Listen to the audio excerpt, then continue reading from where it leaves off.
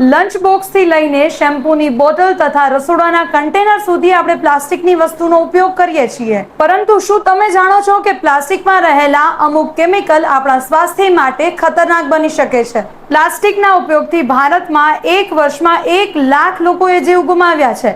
આપણા રોજિંદા જીવનની વાત કરીએ તો પ્લાસ્ટિકનો વધારે પડતો ઉપયોગ થતો હોય છે. પ્લાસ્ટિકને નરમ કરવા માટે Di2 એથિલેક્સિલ પીએચ થેલેટ DEHP નામના કેમિકલનો ઉપયોગ કરવામાં આવે છે.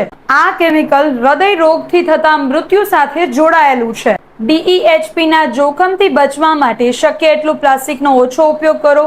પ્રોસેસ્ડ અને પેકેજ્ડ ખાદ્ય પદાર્થોનો વપરાશ ઓછો કરો. પ્લાસ્ટિક ફૂડ કન્ટેનરને માઇક્રોવેવ કે એર ફ્રાયરમાં ગરમ ન કરો. પ્લાસ્ટિક ફૂડ કન્ટેનર ડિશવોશરમાં ન ધોશો. તીવ્ર સુગંધવાળા કોઈ પણ પ્રોડક્ટનો ઉપયોગ મર્યાદિત કરો. પ્લાસ્ટિકના રમકડા કે કોઈ પણ વસ્તુ બાળકના મોંમાં ન મૂકવા દો. કોઈ પણ ખાતા કે પીતા પહેલા ભૂલ્યા વિના સાબુથી હાથ ધોવા. આવા જ ઇન્ફોર્મેટિવ વિડીયો જોવા માટે રંગ છે રાજકોટ ચેનલને સબસ્ક્રાઇબ કરવાનું ભૂલતા નહીં અને આ વિડીયોને શેર કરવાનું ભૂલશો નહીં.